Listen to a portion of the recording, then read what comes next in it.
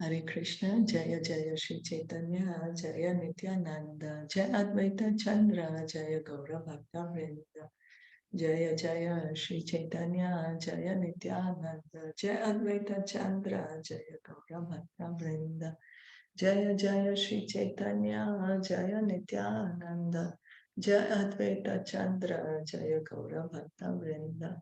We continue reading from Caitanya Caritamrita Adi-Lila. We are on chapter 7. We have been reading the purport of text 118 by His Divine Grace, A.C. Bhaktivedanta Swami Srila Prabhupada. And we'll continue reading the purport. This verse is from Bhagavad Gita, chapter 7, text 20.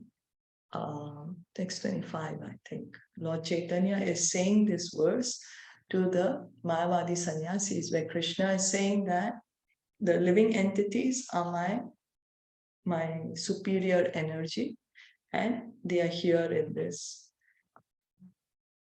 inferior energy here. Besides this inferior energy, O mighty armed Arjuna, there is another superior energy of mine, which comprises the living entities who are exploiting the resources of this material inferior nature.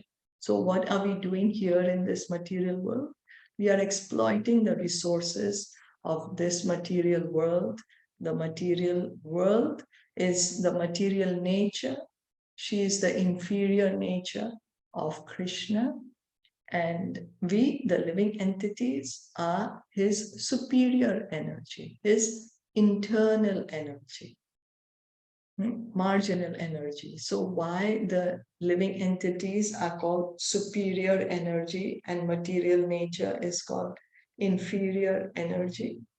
Why? Because we, the living entities, are conscious. We have consciousness, whereas the material elements are dead. They don't have consciousness. Earth, water, air, fire, ether, all these are dead material elements. Transcendental loving service is the spiritual activity of the spirit soul. So we are the soul. We just said we are conscious, right? We are conscious. So we are the soul and we are eternal. Now, if we are eternal, what do we keep on doing?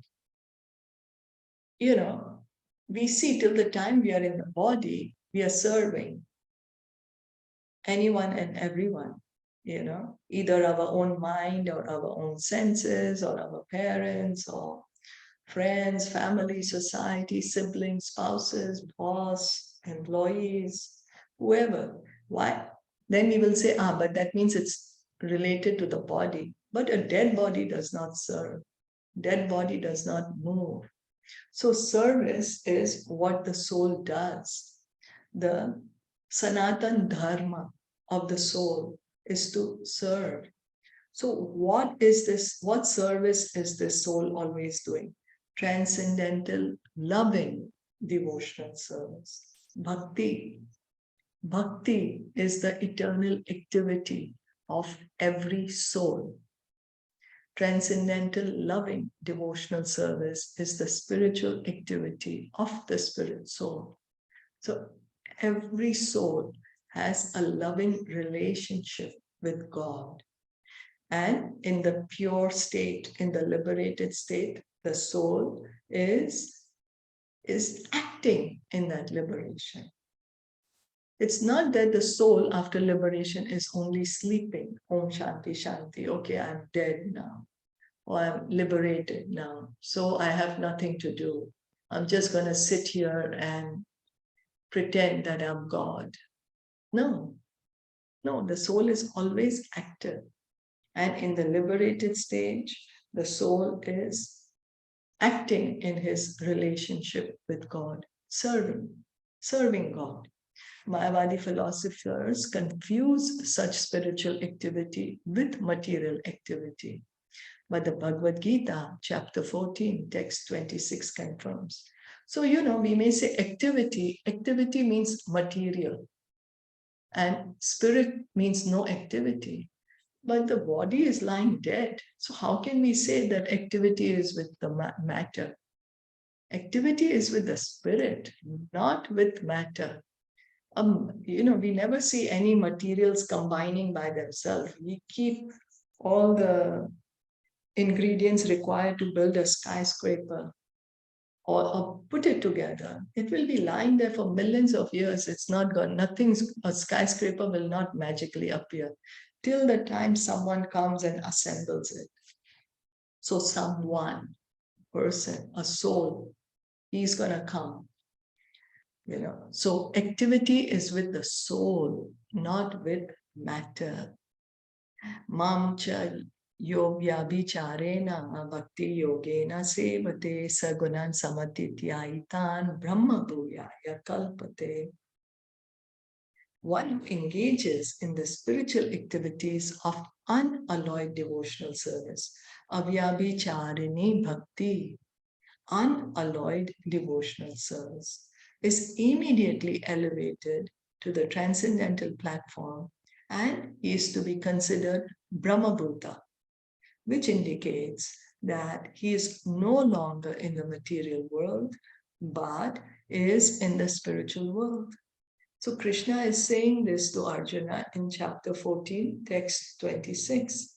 Mamcha yo vyabhicharena bhakti yogena sevate sagunan samatityaitan brahma bhuyaya kalpate. So one who's engaging in pure devotional service, not devotional service for getting some material benefit, not devotional service to get liberation, not devotional service to get some mystic power, not devotional service to get something, but pure, unalloyed devotional service. Avyabhicharini bhakti. Once one is doing that, then such a person, he's a pure devotee.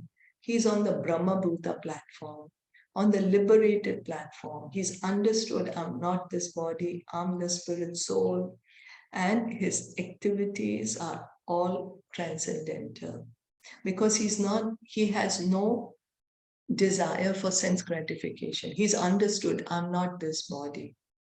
He's understood, I am a part and parcel of God, and my eternal duty is to serve God.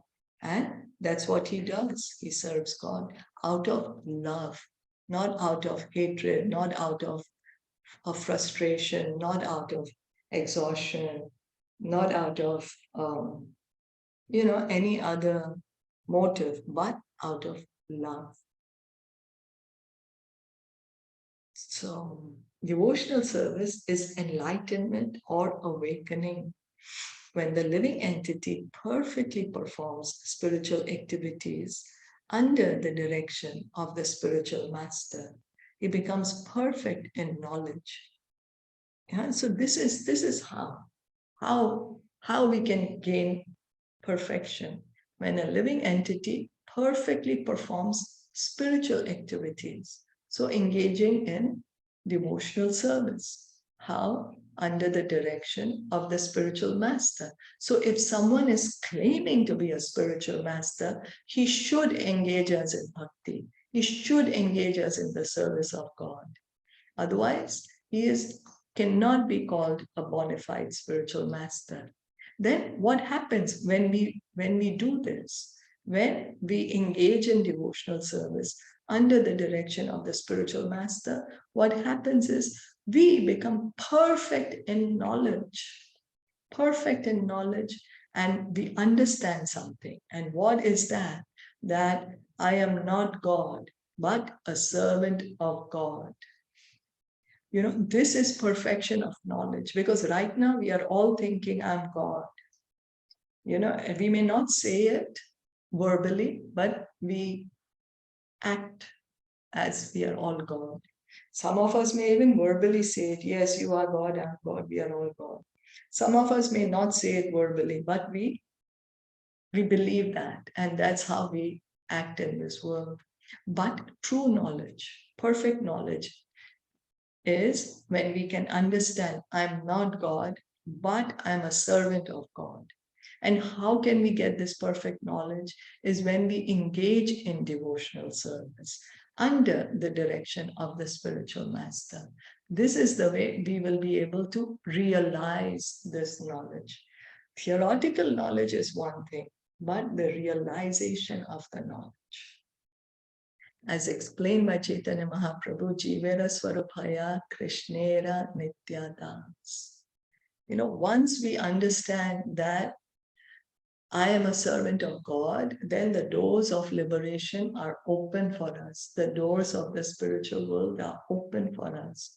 Material life means continuing to think that I am God, I am independent, and spiritual life begins when we begin to understand I am not God, I am a servant of God. The real identity of the living entity is that he is an eternal servant of the Supreme. Caitanya Caritamrita Adi-Lila, chapter 20, text 108. As long as one does not come to this conclusion, he must be in ignorance. So till the time we don't understand this, we are in ignorance, we have no knowledge. Knowledge means to understand I'm servant of God. And that is perfection of knowledge. This is also confirmed by the Lord in the Bhagavad Gita, chapter 7, text 19. Bahunam janmanam ante jnanavan mam prapadyate sa mahatma sudurlabhaha. After many births of struggling for existence and cultivating knowledge, when one comes to the point of real knowledge, he surrenders unto me. Such an advanced Mahatma or great soul is very rarely to be seen. So Krishna says in Bhagavad Gita, chapter 7, text 19, he says, after many births, one who's trying to cultivate knowledge, he will take many births, and ultimately he'll come to the conclusion, what? That he has to surrender to Krishna. And then such a personality, such a soul is a Mahatma. Why? Because he surrendered to Krishna. But he's very rare, very rare. Thus, although the Mayavadi philosophers appear to be very much advanced in knowledge, they are not yet perfect. To come to the point of perfection, they must voluntarily surrender to Krishna. So no matter how learned we are, how much logic we have, how good we are with words, with word jugglery, we are very good with giving, with words basically. Till the time we don't surrender to Krishna, our knowledge is not perfect. We need to come to the point to surrender to Krishna to get perfect knowledge. That is perfect knowledge, to surrender to Krishna. Krishna says in Bhagavad Gita, chapter 18, text 66, he says to Arjuna that you abandon all varieties of religion and just surrender to me. And I will take care of all your sinful reactions. Do not fear. That's the whole point. And Lord Chaitanya, so Krishna, he spoke the full Bhagavad Gita, and then ultimately he says this to Arjuna after giving him the full knowledge of Bhagavad Gita. He says, you surrender to me. And Lord Chaitanya, he begins from this point. He begins from this point. He says, Jivara Swarupaya Krishnera Nityadas. When Krishna is saying surrender to me means what? It means we are parts and parcel. We are servant of Krishna. That is what Lord Chaitanya is saying, that the identity of every living entity is that he is eternal servant of the Supreme. Now, because we don't want to know this, we don't want to understand it, we don't want to accept it, we don't want to believe in it, that is material life. The sooner we begin to try to hear about it, try to understand it, try to accept it, the sooner we can get out of this material world. Because everyone is like, why should I be a servant? Well, that is the reason we are here in the material world. So, but this is our position, and it's a very blissful position. It's not that only Krishna is enjoying and the living entities together with them are suffering. No. the servant and Krishna, they both are enjoying, they both have a loving relationship. It's a relationship based on love, pure love. And so it fills the heart with joy, unimaginable joy. So how can we come to this position? That we engage in devotional service under the guidance of a spiritual master, and then we will come to this position of perfect knowledge. Is that okay?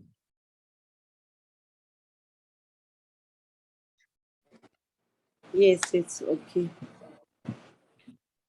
Thank you so much. So we'll stop here for today. Caitanya Caritamrita ki jai, Shilpa Prabhupada ki jai, Gaur Bhakta Vrinda ki jai. Hare Krishna.